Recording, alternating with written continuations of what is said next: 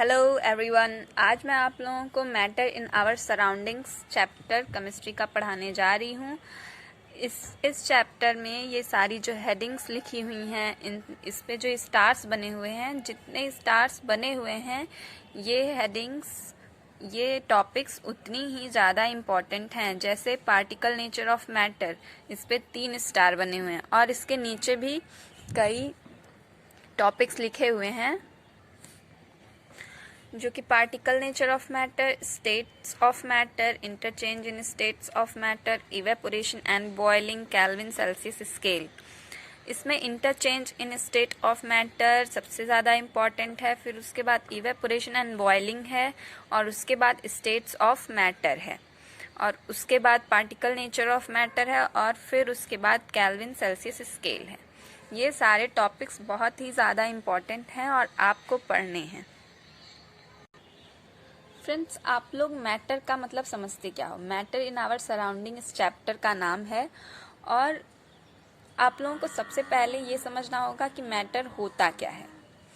Matter एक ऐसी चीज़ है जो बहुत ही, आप जो भी देखते हैं यूनिवर्स में, वो सारी चीज़ें मैटर से मिलके बनी हुई होती हैं।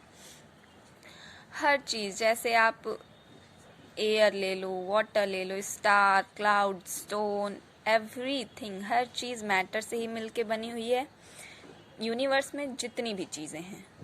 तो मैटर के बारे में पढ़ना बहुत ही हमारे लिए इम्पॉर्टेंट है।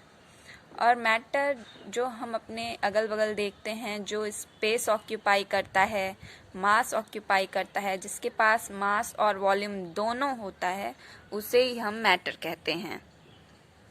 अब हम अपने टॉपिक पे आते हैं, particle nature of matter. Matter का particle nature, anything that occupies space and has mass and is felt by sense is called matter. कोई भी चीज़ जो स्पेस ऑक्यूपाई करे, जिसका कुछ मास हो और जिसको छूने के बाद हमें कुछ फील हो कि हाँ, ये कुछ चीज़ यहाँ रखी हुई है, तो उसे ही हम मैटर कहते हैं। Matter is the form of 5 basic element, the पंच तत्व। मैटर 5 बेसिक एलिमेंट से मिलके बना हुआ है, जिसे हम पंच तत्व कहते हैं। और इसमें air, earth, fire, sky and water, ये पांचों हमारे पंच तत्व में आते हैं। इसके बाद आता है characteristic of particle of matter. इसमें है made of tiny particles. Matter का कैरेक्टरिस्टिक अगर हमें बताना है तो पहला है made of tiny particles. Matters जो होते हैं वो बहुत ही टीनी पार्टिकल, बहुत छोटे पार्टिकल्स से मिलके बने हुए होते हैं। Vacant space exist in particles. Particles के अंदर वैकेंट मतलब खाली स्थान होते हैं, एग्जिस्ट करते हैं। कैसे करते हैं? अगर जैसे हमारा सॉलिड है, सॉलिड में वैकेंट स्पेसेस बहुत कम होते हैं, बहुत छोटे छोटे, मतलब पार्टिकल्स जो होते हैं वो बहुत पास बहुत क्लोज होते हैं, जिसकी वजह से जो वैकेंट स्पेस होता है उसमें कम पाया जाता है। इसीलिए तो सॉलिड एकदम ठोस होता है, एकदम सॉलिड होता है। और लिक्विड में वही जो वैकेंट स्पेस है वो थोड़ा सा ज़्यादा पाया जाता है, उसके पार्टिकल्स थोड़े से दूर दूर होते हैं, तो इसलिए उसे हम लिक्विड कहते हैं। और वो हल्का, जैसे दबता तो नहीं है, बट वो अपना शेप चेंज करता है। और एयर जो है, एयर में उस एयर के पार्टिकल्स बहुत ज़्यादा दूर दूर होते हैं, वो आसानी से अगर हम उस पर प्रेशर लगाते हैं तो वो दब जाता है, उसमें काफ़ी ज़्यादा वैकेंट स्पेसेस पाए जाते हैं। Particles are in continuous motion. Particles हमेशा कॉन्टिन्यूअस मोशन करते रहते हैं। जैसे अगर वो काइनेटिक एनर्जी रहती है, पार्टिकल्स में पाई जाती है, जिसकी वजह से वो कॉन्टिन्यूअस मोशन करते रहते हैं। Particle are held together by force of attraction. और पार्टिकल्स जो होते हैं उनके अंदर फोर्स ऑफ अट्रैक्शन पाया जाता है, जिसकी वजह से वो एक दूसरे पार्टिकल्स को खींच के रखते हैं, जिसकी वजह से ही तो अगर सॉलिड में सबसे ज़्यादा पाया जाता है फोर्स ऑफ अट्रैक्शन, लिक्विड में उससे कम पाया जाता है और गैस में सबसे कम पाया जाता है। क्योंकि फोर्स ऑफ अट्रैक्शन अगर ज़्यादा होगा तो पार्टिकल्स ज़्यादा तेज़ी से खींच के रखेंगे, और अगर पार्टिकल्स ज़्यादा तेज़ी से खींच के रखेंगे तभी तो वो सॉलिड होगा। और फिर जो फोर्स ऑफ अट्रैक्शन लिक्विड में है उसमें पार्टिकल्स थोड़े से फोर्स ऑफ अट्रैक्शन थोड़ा सा कम पाया जाता है, जिसकी वजह से वो अपना शेप साइज चेंज करते रहते हैं, बट वॉल्यूम उसका सेम ही होता है। और गैस जो होता है उसमें फोर्स ऑफ अट्रैक्शन बहुत बहुत बहुत ज़्यादा कम पाया जाता है, जिसकी वजह से वो दूर तक फैले रहते हैं। इसके बाद आता है हमारा स्टेट्स ऑफ मैटर, मैटर्स के स्टेट्स ऑफ मैटर के बारे में तो आप सब लोग जानते हैं कि मैटर के बेसिकली तीन स्टेट्स पाए जाते हैं, सॉलिड, लिक्विड, गैस। तो इसमें पढ़ते हैं basis of classification of types के बेसिस पे क्लासिफिकेशन किया गया है। फर्स्ट है based upon particle arrangement, particle के अरेंजमेंट पे बेस्ड है। वही कि मतलब पार्टिकल्स क्लोज होंगे तो सॉलिड होगा, थोड़े से दूर होंगे तो लिक्विड होगा, और बहुत ज़्यादा दूर होंगे तो गैस होगा। Based upon energy of particles की एनर्जी के ऊपर बेस्ड होते हैं। जैसे जिसके अंदर काइनेटिक एनर्जी ज़्यादा रहेगी वो ज़्यादा तेज़ी से एक दूसरे से, फोर्स ऑफ अट्रैक्शन ज़्यादा रहेगा उनमें, वो ज़्यादा तेज़ी से एक दूसरे के साथ जुड़े रहेंगे। जिसमें कम होगा वो थोड़े से लूज होंगे, जिसमें एकदम कम होगा वो एकदम दूर दूर फैले रहेंगे। Based upon distance between particles, इसके पार्टिकल्स पे डिस्टेंस जो पार्टिकल्स हैं उसके डिस्टेंस पे डिपेंड करता है। जिसके पार्टिकल्स में डिस्टेंस ज़्यादा होगा, दो पार्टिकल्स के बीच में अगर डिस्टेंस ज़्यादा होगा तो वो लिक्विड होंगे, और अगर बहुत ज़्यादा होगा तो वो गैस होंगे, और अगर थोड़ा मतलब बहुत थोड़ा सा डिस्टेंस होगा तो वो सॉलिड होंगे। ओके, बेसिकली तो मैटर के तीन कैरेक्टर्स होते हैं, तीन स्टेट्स ही होते हैं, बट साइंटिस्ट लोग बोले हैं, मतलब जो नए साइंटिस्ट आए हैं वो दो और स्टेट्स को निकाले हैं। तो मैटर्स का पहला स्टेट सॉलिड जो होता है उसके पास बाउंड्री उसकी डिस्टिंक्ट होती है, मतलब उसकी जो बाउंड्री होती है कि अगर एक कोई स्क्वायर है तो वो स्क्वायर ही रहेगा अगर सॉलिड है। कोई वो लिक्विड मतलब सॉलिड अपना शेप थोड़ी ना चेंज करेगा जब तक हम उसके ऊपर फोर्स नहीं लगाएंगे। जैसे अगर कोई स्क्वायर है, अगर हम इसके ऊपर फोर्स लगा के इसको तोड़ेंगे नहीं तब तक वो उसका शेप चेंज नहीं होगा। तो इसका शेप जो है डिस्टिंक्ट रहता है, फिक्स्ड रहता है।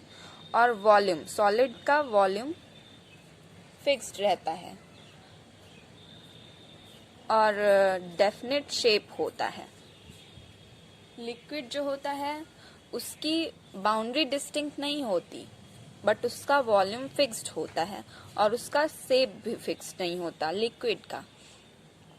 क्योंकि जो लिक्विड होता है अगर हम उसको बॉटल में डालेंगे तो वो बॉटल का शेप ले लेगा, उसको ग्लास में डालेंगे तो ग्लास का शेप ले लेगा। इसलिए उसका वॉल्यूम उसका चाहे आप ग्लास में रखो चाहे आप बॉटल में रखो वो सेम ही रहेगा, उसका शेप नहीं चेंज होने वाला है। अब हमारा आता है गैस जो होता है ना इसकी डिस्टिंक्ट बाउंड्री होती है, ना इसकी फिक्स्ड बाउंड्री होती है, ना इसके पास फिक्स्ड वॉल्यूम होता है और ना ही इसके पास डेफिनेट शेप होता है। ये अगर हम इसको एयर में भी ऐसे जैसे स्प्रे अगर हम लोग मारते हैं तो बहुत दूर तक फैल जाता है, क्योंकि उस पूरे रूम में फैल जाता है। अगर रूम में अगर मार रहे हैं, अगर हम बाहर स्प्रे मार रहे हैं तो बाहर फैल जाता है, तो उसका कोई डेफिनेट शेप नहीं है। बहुत पहली गैस का तो काइनेटिक एनर्जी बहुत ज़्यादा होता है, जिसकी वजह से उसके पार्टिकल्स बहुत दूर तक फैलते हैं।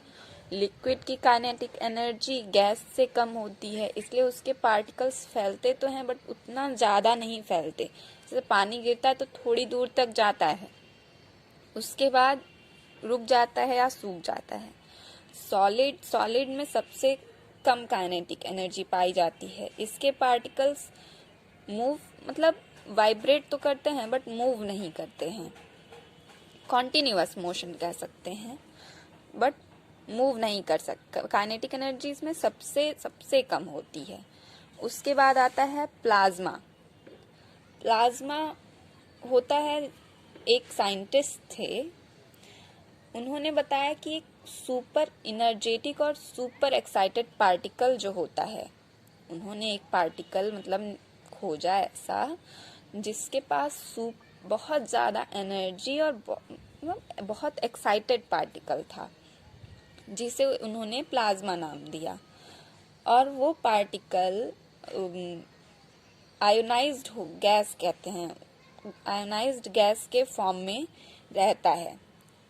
इसको प्लाज्मा को फ्लोरोसेंट ट्यूब या नियॉन साइन बल्ब में रहता है, जिसकी वजह से जब उसमें उस फ्लोरोसेंट ट्यूब में जब हीलियम गैस रहती है ना, तो उसमें जब थोड़ा सा एक्साइटेड उसको करते हैं तो उसके प्लाज्मा जलने लगते हैं बहुत तेजी से। उसमें एनर्जी का फ्लो बहुत तेजी से होता है, वो बहुत ज़्यादा चार्ज हो जाते हैं और जलने लगते हैं, तो उसी को कहते हैं प्लाज्मा। वो प्लाज्मा की ही वजह से उतनी तेजी से ग्लो करते हैं। और उसके कलर्स डिपेंड करते हैं कि उसमें कौन सा गैस भरा हुआ है। जो जिस कलर का वो जलेगा वो डिपेंड करता है कि उसमें कौन सा गैस भरा हुआ है, बट वो जो ग्लो करता है तेजी से वो प्लाज्मा के ही कारण होता है। और जो सन या स्टार्स ग्लो करते हैं उनके भी ग्लो करने में प्रेजेंस ऑफ प्लाज्मा पाया जाता है, क्योंकि प्लाज्मा के प्रेजेंट होने की ही वजह से वो ग्लो करते हुए हमें दिखाई देते हैं। और बोस-आइंस्टीन कंडेंसेट, इन्होंने भी जो है वो खोज किया था। इसके बारे में भी आपको ज़्यादा तो नहीं जानना है, बट इन्होंने एक मतलब बहुत ही लो डेंसिटी पे जो है इन्होंने गैस को कूल किया था।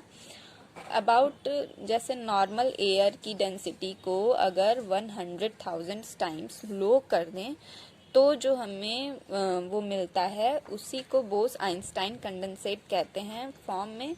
इनके बारे में ज़्यादा कुछ अभी आपको नहीं पढ़ना है, बट बस आप इसका नाम जानते रहिए। ये 5 स्टेट्स ऑफ मैटर होते हैं, जबकि बेसिकली 3 ही होते हैं। 2 अभी नए साइंटिस्ट जो हैं उन्होंने निकाला है, तो धीरे धीरे अभी इस पे रिसर्च करेंगे। तो थैंक यू सो मच, आज के लिए बस इतना ही।